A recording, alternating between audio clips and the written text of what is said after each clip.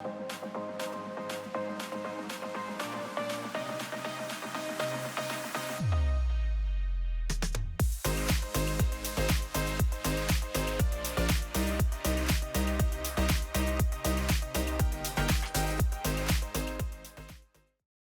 everyone, and welcome to the SavvyCast. This is Jamie, and I'm so grateful that you're tuning in, whether watching on YouTube or listening to the podcast. Okay, I'm super excited about today's episode. And if you are looking to remodel, or if you're in the building or construction phase of your journey, this will be a super helpful, informative episode. I have as my guest today Courtney Myrick. She is the designer for the Triton Stone Group, one of the largest retailers of slab and tile and stone. And Courtney, thank you for being here. I'm so excited for our conversation. Well, I'm happy to be here. I've never done a podcast before, so this is fun. Well, I love having people on who are savvy, of course, the SavvyCast. And the minute I had spent with you, the few we clicked. We just clicked. We clicked, but I knew immediately that you knew exactly what you were talking about. And then over the course of the next few hours and days, you have become a very trusted source on a topic that can be confusing to a lot of people. So confusing. I mean, the way I would like to maybe describe it for people who might be like me, it's almost like a child with ADD walking into a candy shop. You have all of these choices and you can't have everything. And you've also got, parameters, whether you're building or remodeling. So let's just talk all the things that people need to know in choosing what is one of the most important things, their stone and their tile. So Courtney, first of all, can you lay out some of the basic questions about what is Triton and maybe what is a fabricator? Because I just want to say at the outset that I chose not a GC, but someone who is serving as a GC. He's my cabinet professional. Right. And he prefers working with a certain fabricator. Right. Which made me know, I can't go here. I need to go here if possible. Can you explain that maybe for people who are thinking of course, can shop all over town and just pick what you and want? I explain this all day, every day. It is not common knowledge to know who a stone fabricator is. Before I've always been in design, but I was more in the furniture side and wallpaper and, more the retail decorating side. When I came into the stone and tile side, I didn't know what a stone fabricator was. So I had to learn all of this stuff just like everybody else. And again, it's not common knowledge. The stone fabricator is, let's start here. So you have a general contractor, right? And your contractor, the reason you hire him is he has a painter. He has a tile guy. He has, the person he goes to for hardwood floors. He has roofers. He's got all his subcontractors, right? Mm-hmm. So just like that, every contractor that has a painter has a fabricator. A fabricator is the person that is going to, so we sell our slabs wholesale to the fabricator. The fabricator is the one that is going to cut and install the stone in your home, in your kitchen, in your bathroom, in your wherever you choose to put it, right? So they have the machines, they have the equipment. They're going to go into your space or look at your drawings, your detailed cabinet drawings, and they're going to say, okay, based on this footprint, where you want to put this stone, this is how much it's going to cost. And they're great with explaining, like, okay, we're going to need 2 slabs, not 1, because we've got to make this really funky cut, and this has to line up like this. And so they're the ones that do that. Now, they are, in my opinion, the first place anyone should start, because I agree. You agree. And with working with that's where I started. And well, and let me say, I need to correct myself because in the introduction I said Triton Stone Group was one of the largest retail stone outlets. So it is wholesale. No, you're right. Well, you are correct. So, so we are a slab wholesaler. So we our slabs directly to the fabricator. Now, Mhm. there are some, even local slab yards that sell directly to the customer. One reason that we don't do that is we work really hard to cultivate our relationships with our fabricators. And, let's just say willy-nilly on a Saturday, you roll in somewhere and they say, here's 2 slabs of Taj Mahal, they're X a square foot. And you're like, great, that's awesome. Let me buy them. Well, then what do you do? Who's going to pick them up? That's true. You're not going to get them in your truck, Oh. So Mhm. then if there are any issues with that stone, with that slab specifically, the fabricator what do you do then? You've already bought it. It's yours, so that doesn't allow the fabricator time to inspect the material. All they know is you bought 2 slabs, then you show up at their office and you're like, I got 2 slabs, put it in my house. And they're like, oh my God, where did this material come from? Yeah. What if it's flawed? What if it's damaged? So we strictly May I to them for that.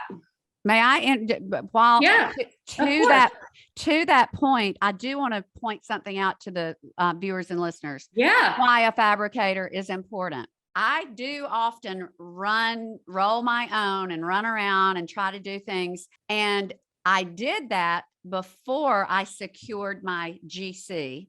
Right. And I was with my designer Laura Dockery, who's from out of town. Right. And we went to another stone place, a retail stone place in Birmingham.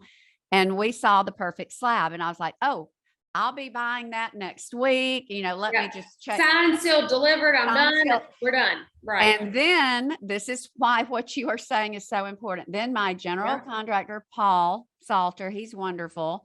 He said, Jamie, let me connect you with my fabricator, Mitchell. Right. And he connected me, and I found out that what I thought was a very sturdy item, Jolamite, so sturdy, durable, because I cook, I'm rough.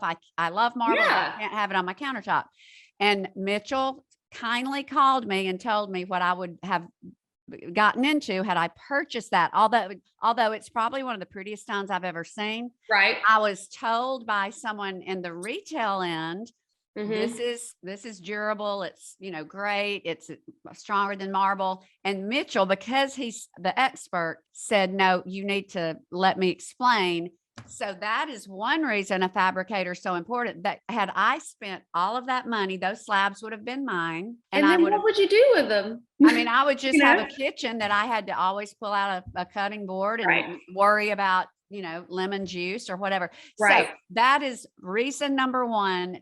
If you want to be protected, have a fabricator, which it could be someone you choose or your general contractor. Right. Right. And I agree with you. I'm the type of person that I was talking to my fiance the other day about this. I am very much the type that's like, I hate this house. I've cleaned it. It doesn't feel clean.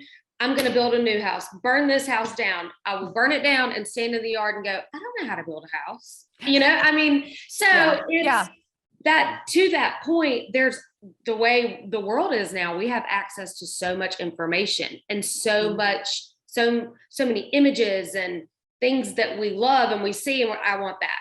I want that. That's what I want. And a fabricator will help you understand why that's $1 million photo and you're not on $1 million budget, right? So they help you understand, okay, 1 slab is going to get you this. We go into 2, based on the cuts. And I'm not a fabricator. I can look at a drawing and give you sort of an idea, but I don't cut it. I'm not going to, tell you exactly how much you need and all of that. But really, I would say for the listeners, when you walk into Triton Stone, for example, number one, we take walk-ins, but an appointment is greatly appreciated. Just like you said, you walk in and there's all these options and you may have all these questions, and we don't want anyone to feel like they left without all of their questions answered, right? So making an appointment is important.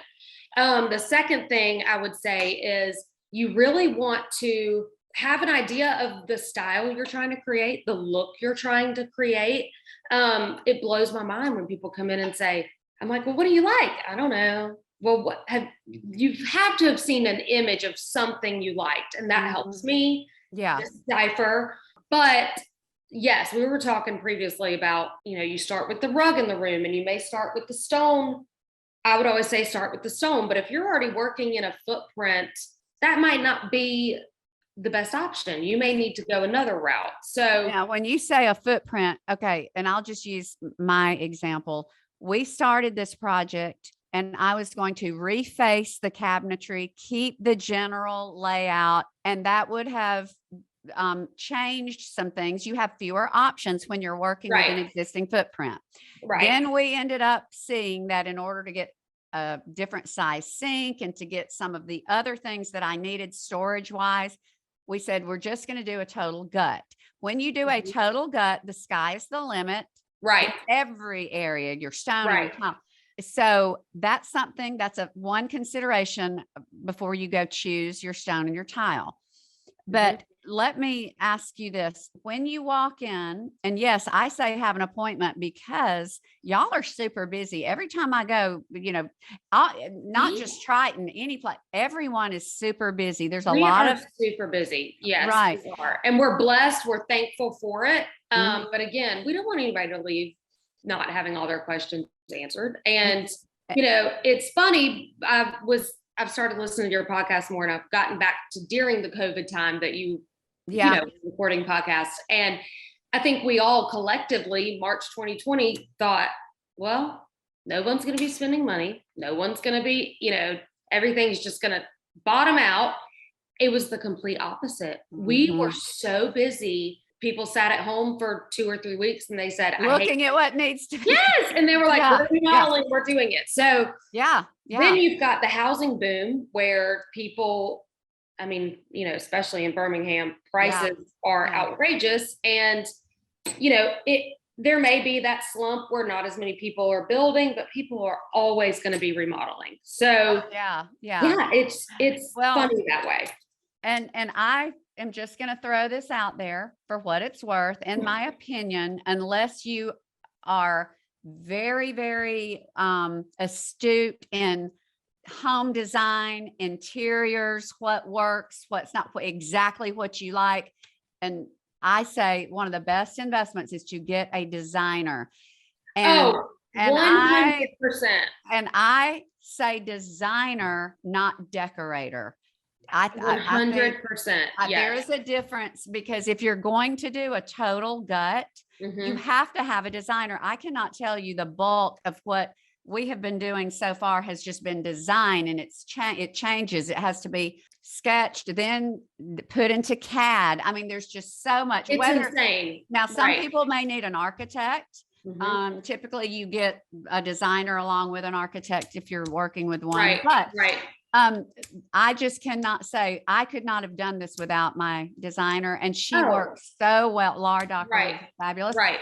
And there are many fabulous designers out there, but she has worked not only with Paul, the contractor, works with you, but Right. one thing that came up that I want you to share, and I'll share my opinion, and I think maybe there's two camps, but Hmm. one thing that you're going to hear is always choose your stone first.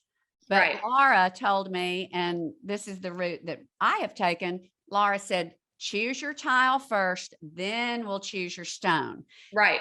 Now, the reason I believe that Laura's is correct is if you maybe do any kind of food blogging or any kind of, Oh, yeah. where You you're want in durability. Right.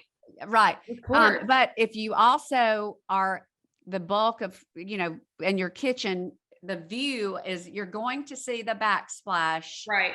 Right. always, whether Right. someone's standing close or whether someone's across the room. Oh, The yeah. slab, you have to walk up and you look, but now some people, the slab's more important. But for me, tile ended up being what I chose first. So let's talk about tile. I would say that more so the trend right now is to run your current, whatever your countertop is, up the wall of the backsplash. So Okay. the trend is a full slab running Full all the way up. slab backsplash. And that's beautiful and it can be done well. Is it a trend in the sense that it's going to be out next year? Absolutely not. But it can sometimes take you from needing one slab to now you need two slabs. or you might need 3 to cover that entire area with the slab itself, right? So with the slab. Yeah, yeah. And thank you for holding that up. And yeah, people, this is quartz. okay, so for the YouTube people, you can see that slab. So slab is the solid. And if you're going with something like quartzite or marble, that is going to be $sign, $sign. I mean, oh yeah, for sure, for sure. Now, what you really want, I think specifically, we'll have to do a bathroom podcast too, but specifically, specifically speaking to countertops. Okay, so here's your countertop. Let's say there is no harm, no foul. Get your fabricator to price it out both ways. Price it out tops only, price it out full height backsplash. Look at those numbers, see what you think. Now, more often than not, I won't say always, because there are some very expensive backsplashes that can run more than if you were to run the slab. But for example, what you really want, in my opinion, is you kind of want to walk in a kitchen or any space and go, oh, wow, and look at everything, right? You just take it all in. You don't necessarily want to walk in and go, oh, look at her backsplash, because you kind of want a seamless thing, right? Yeah. You're looking at something that is totally going to achieve that goal, right? And like you said, we're starting with your tile first, but we're going to take that tile and we're going to find your slab and make it blend seamlessly with a slab. That's exactly. So let's say you say, I'm going to do tile. Well, here's your counter, right? Here is a tile. Now, this is about the same. This has got a little bit more of like a handmade look to it. And let me just show you, see how. Hold that back a little bit, Courtney, for the ones who. Actually, this is what I'm going to do. Okay, can you see the edge of this? Yep. Can you see the edge of that? See how this is kind of wavy, whereas this is perfectly straight. So this is going to be, this is machine made. It mimics a handmade tile. For full disclosure, I have chosen a handmade. Right. So this is a true handmade. Look at this bad boy. I mean, a little, someone truly made this by hand. This is kind of the knockoff, right? Okay, you can see machine made, handmade, depending on where you want to go. But there's nothing wrong with doing a counter and then this is your backsplash. And it still feels seamless. It feels cohesive, which is, I think, what you're trying to achieve too.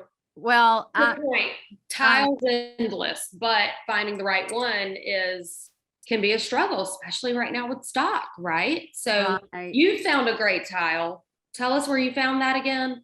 Well, I spent lots of time and you and Laura had helped. We were thinking we were going to do a marble. Right. Marble, of course, is timeless and classic. A marble backsplash. I cannot do marble on the countertop. You cook too much good, delicious food to be worried about it. Well, I'm just very rough on the kitchen, but I just could not get happy with anything until I saw a picture that Laura texted me, and let me see. Well, I'll put it in the show notes.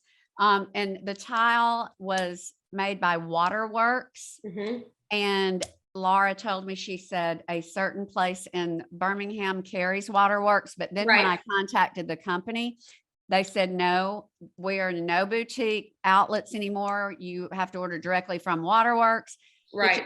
What I'm doing. And sometimes that happens. They'll pull and of course. Yeah. And mine is it's a handmade, and it is discontinued and there's a limited amount. So I'm trying to get my sample in before I, pull the trigger. They're making another phase of it that will come out in a few months. Right. Which, now that I know that my project may be delayed a few months, it's not as huge of a deal. Of course. Right. Right. But I don't think most people have that issue where they find something that it can only be purchased. Most people are not so extra as I am.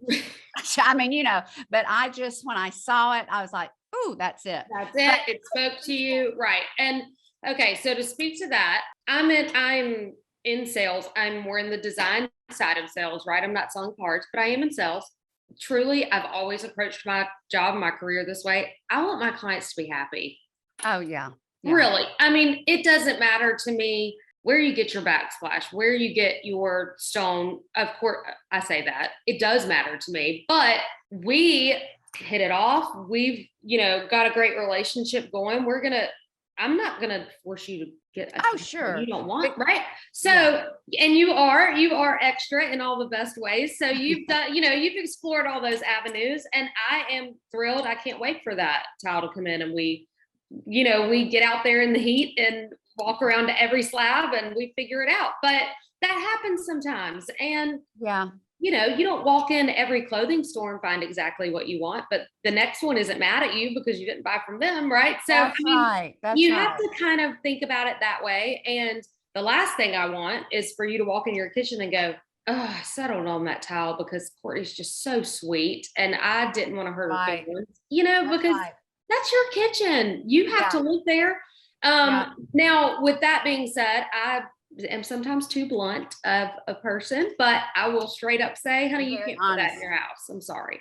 Yeah. And I love that about you. You're very well, and you would be surprised how many people that are savvy like you that have left no stone unturned, and they've been everywhere in Birmingham and they've looked everywhere online. And I love this moment. It's like their eyes glaze over and they go, thank you. And that's all I wanted was somebody to tell me exactly what you just told me. Because with all the options and you're swimming and you like this and you like that, you really just want someone to tell you, which is why a interior designer is so vital. You really want someone to tell you it's okay to like what you like. This is how you do it. Yes. And I mean, I also want somebody to say, whether it's you or Laura, they say, you may like that, but that is going to be an old, outdated trend in 5 years. Let's keep looking. Or are you okay with that? So right.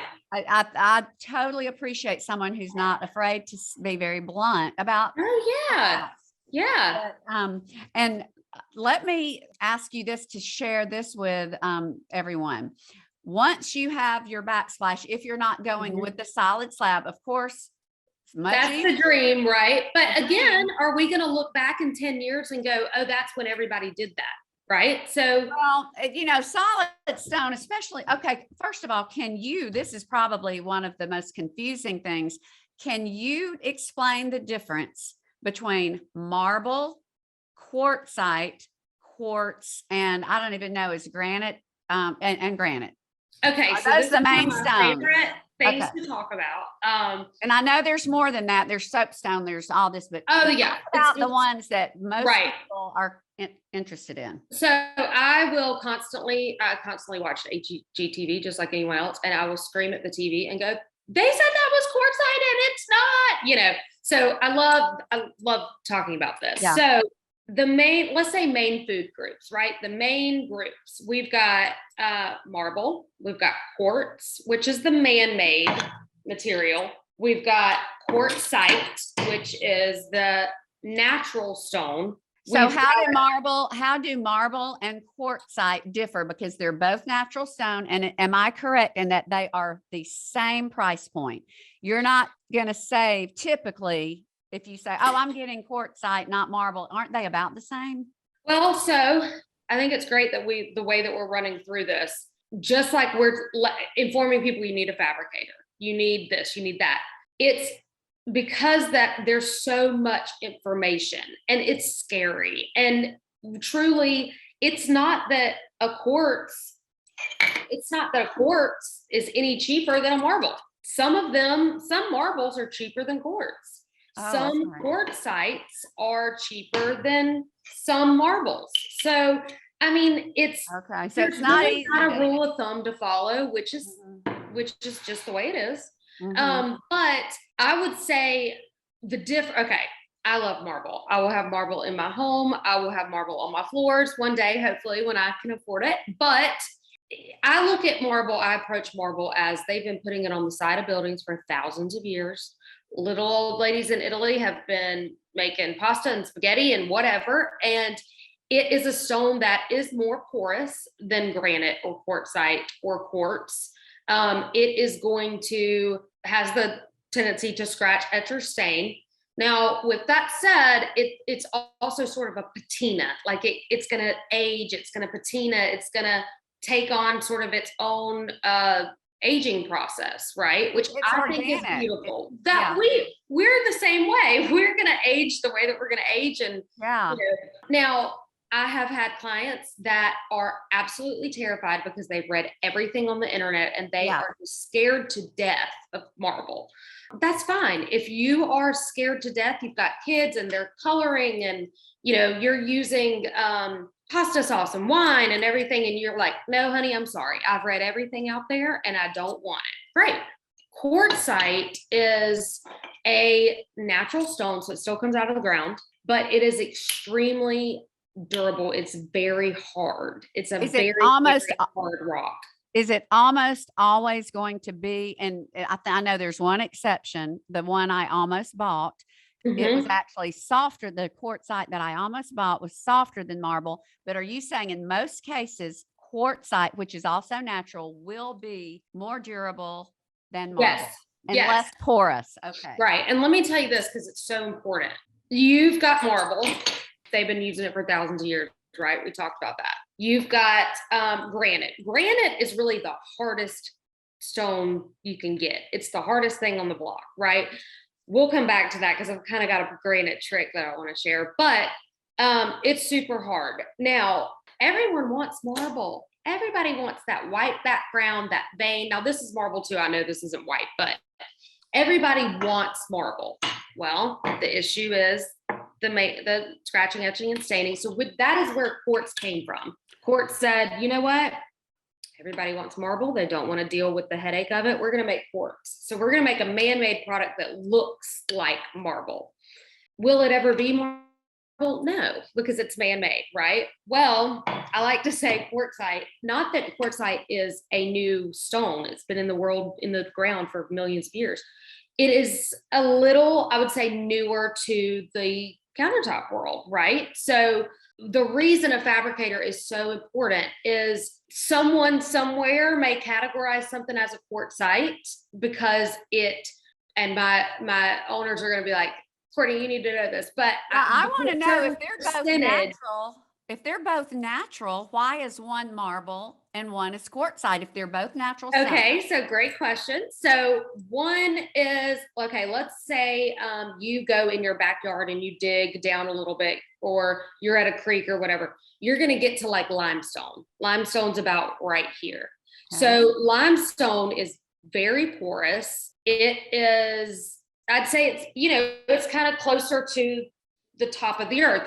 It hasn't been in the earth long enough to get super hard. Okay. Right. You go down a little bit more, you go into that mountain, you get to marble. Same thing. Marble just hasn't been in the ground as long. It's not as hard. It hasn't gotten that molecule, chemical, whatever it needs to get as hard. Quartzite is kind of under that. So you've got like limestone, marble, quartzite. It's been in the ground longer, so it's gotten all the good things it needs to become harder. Then you've got granite under that, right?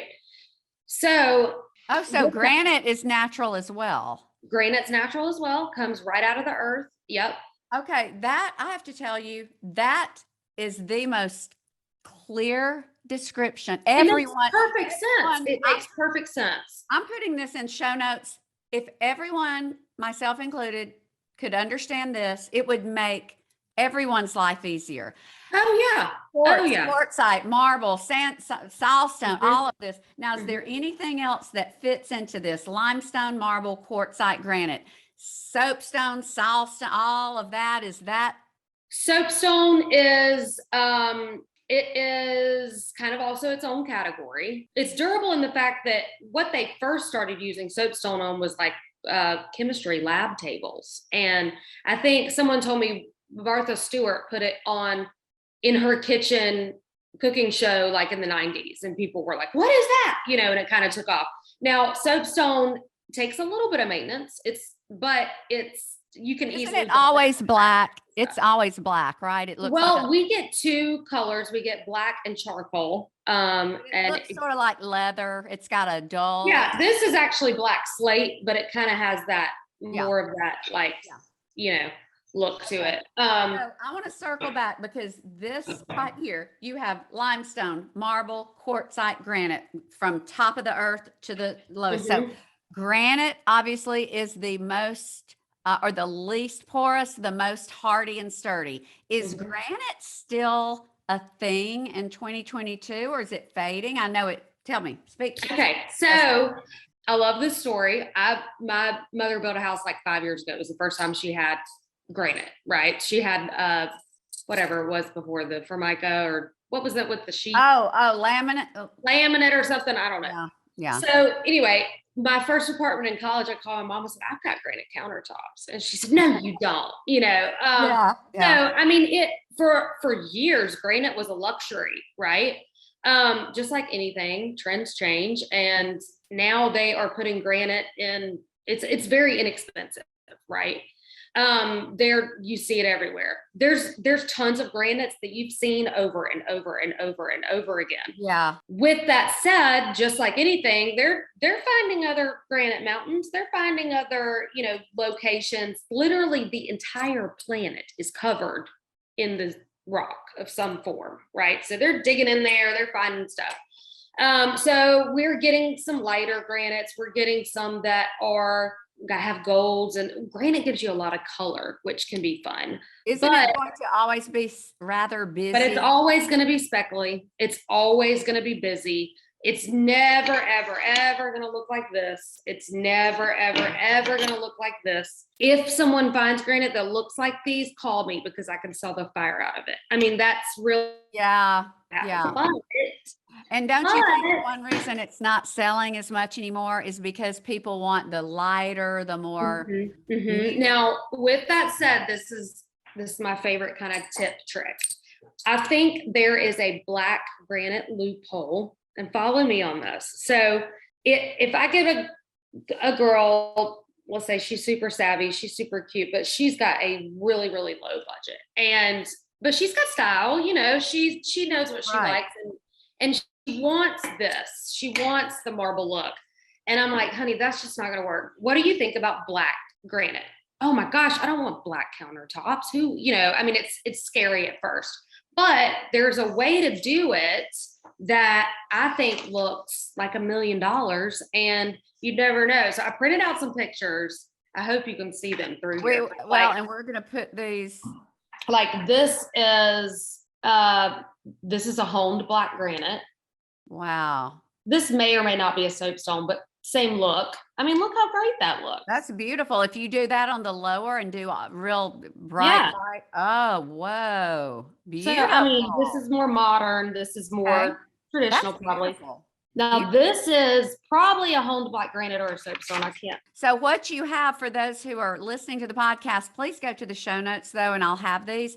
You've got base cabinets with black granite that's honed, and the cabinets are black. So it's one big seamless unit. And then you've got lots of white. Yeah, look at all that white. I mean, it doesn't feel doom and gloom like you think it might. Yep.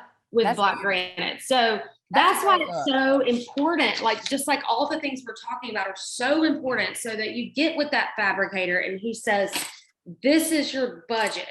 This is what you need to look at. And then you come see me and I say, I love that you want to go this way, but what do you think about this? Let me clarify. So there is an option if someone's willing to go black granite. Is there a white granite that's a solid? There's not. There's not. I wish there was. There isn't.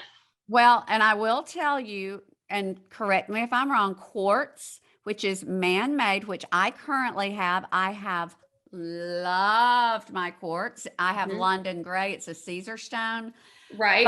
But you can get that almost marble look with certain quartz, and you're going to save money and you've got the durability. But I will say at this final, we're one and done. We're not going to be doing this again. Right. And you did tell me, as did Laura, we can get quartz again. But if you want the look that will be timeless, that you will just be in awe. 100%. Yes. Quartzite or marble, a natural stone. Just if you have that option, and there are ways to cut, you don't have to. Now, this leads me to, on the topic of marble and quartz that are both natural, is there a difference? Marble and quartzite. I meant quartzite, yes. I know, it's so confusing. Yes, thank you. See, this is why it's so confusing. It's so good to go through this. Okay. If someone says, okay, let's just say they're doing a backsplash of tile. So we're only talking about the countertop. Okay. People are going to be cooking. And let's say they're very, like me, I cannot have honed Alabama white or honed, whatever. Right. I do have a honed Turkish Carrera at Marble Valley Farm. That's what's on, and I love it. It is sealed. I love it, but it's already, getting some character, but I would go crazy if that were in my home kitchen. But what would you recommend if they're going to go with marble and just let it, but they want the most durability and the least issue? Would you say honed, polished, or does it matter? Well, first I would say, I'm such a marble advocate, so I'm always like team marble. But I also think, and I want to say this because I didn't say it previously, marble is like let's just say Louis Vuitton pocketbook. You could have 100 other purses, but you choose the Louis Vuitton, right? Well, if you use it and you take it out and you use it, it's going to age. It's going to, if you put it in your closet and you don't touch it, it's going to look like it did the day you bought it. So same kind of thing with marble.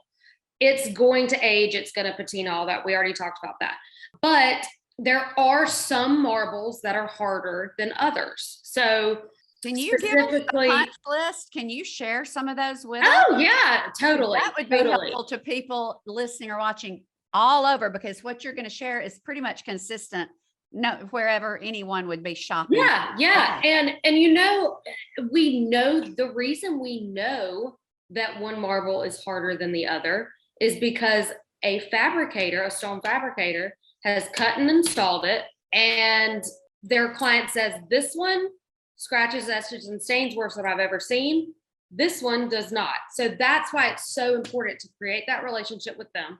But yes, like Vermont Danby, which is a marble that comes out of Vermont in the US. Okay, now are we talking the least? Are we talking the sturdy? We're talking harder. These are harder marbles. You may be talking me into marble. Okay, so these are marbles that you're about to share with us marbles that are sturdy enough that people like me who are rough on the kitchen might be able to gut through and not worry about it. Because now, and I will not sit here and tell you it's bulletproof. Now, it is not bulletproof, but they are harder.